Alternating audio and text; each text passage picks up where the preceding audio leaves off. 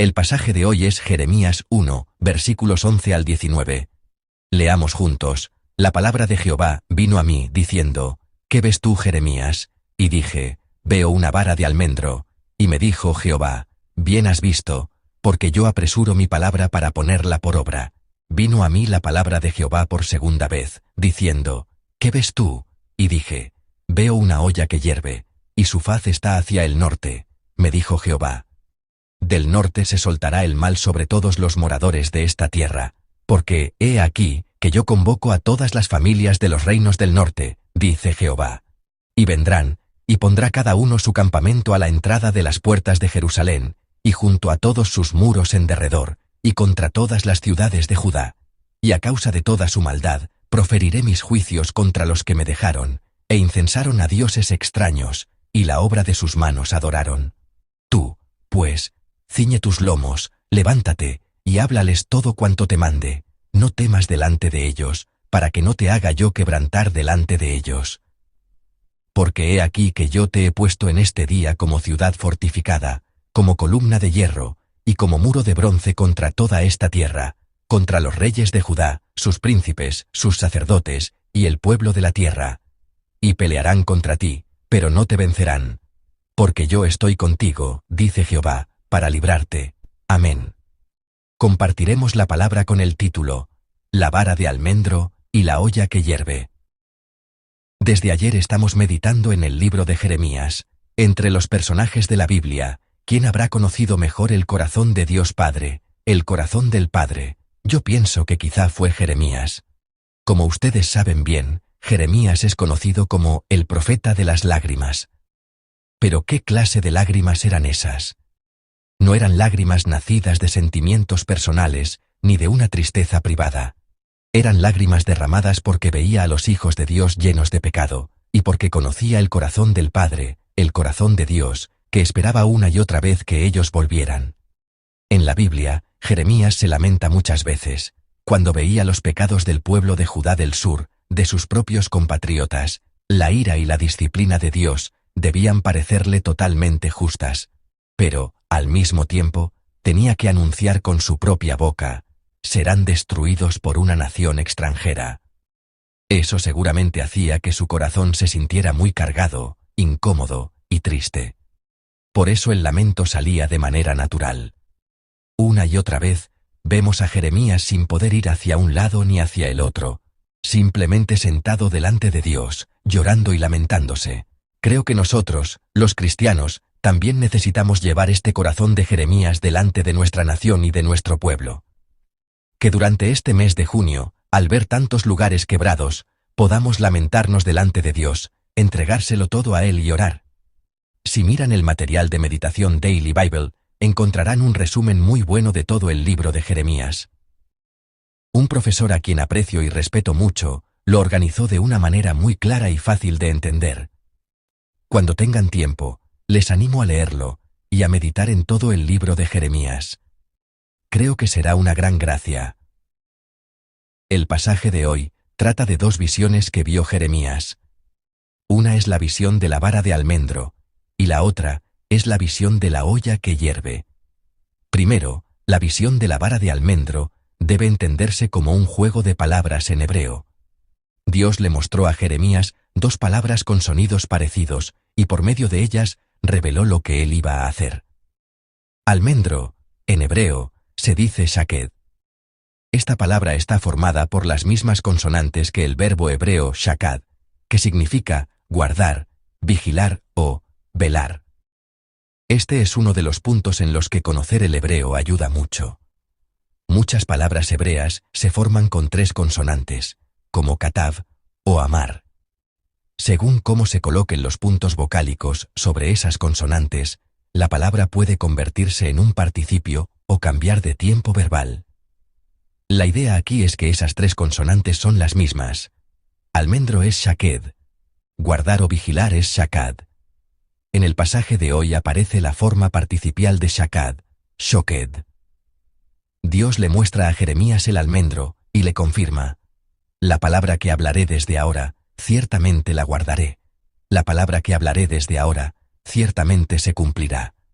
La segunda visión Es la visión de una olla que hierve. La olla está hirviendo, y está inclinada desde el norte. Por medio de esto, Dios le anuncia de antemano que vendrá calamidad desde el norte, sobre todo el pueblo. En el versículo 15, Dios explica qué será esa calamidad que vendrá del norte. Por medio de los reinos del norte, atacará Jerusalén y todas las ciudades de Judá. Es una profecía de guerra. El texto no dice con exactitud cuáles son esos reinos del norte. Solo nos dice que habrá guerra, y que el daño será enorme, tan grande que toda la nación sufrirá destrucción. Pero nosotros, por la historia que ya se cumplió, sabemos que ese reino del norte era Babilonia. Alrededor del año 586 a.C., Jerusalén cayó, y el templo fue destruido. En esa historia, podemos ver que la palabra profética se cumplió exactamente como Dios la había dicho, exactamente como Dios la había shakad, guardado y llevado a cabo. Entonces, ¿cuál fue la razón de la disciplina de Dios? Leamos juntos el versículo 16 del pasaje de hoy. Leamos. Y a causa de toda su maldad, proferiré mis juicios contra los que me dejaron, e incensaron a dioses extraños, y la obra de sus manos adoraron. Amén. Dios dice claramente que la razón de la disciplina sobre Judá del sur fue que abandonaron a Dios y adoraron a otros dioses. En una palabra, fue idolatría. ¿Qué clase de ser es un ídolo? ¿Qué puede hacer? ¿Qué poder o influencia puede mostrar? En realidad, nada.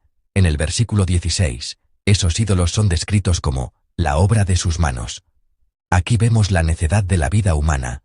El ser humano fabrica un ídolo con sus propias manos y luego se entrega a ese ídolo. En cambio, Dios es un ser completamente distinto. Dios nos hizo. Por eso, entregarnos a Dios es algo totalmente natural y justo. Los ídolos y Dios son tan diferentes como el cielo y la tierra. El ídolo que uno fabrica y el Dios que nos creó son seres cualitativa, total y completamente distintos. Pero las personas muchas veces confunden esto. Y se lanzaron a la idolatría. Por eso fue declarado el juicio de Dios. Amados hermanos, ¿y nosotros? ¿Estamos viviendo una vida entregada al Creador? ¿O estamos apoyando nuestra vida en cosas que no son más que criaturas?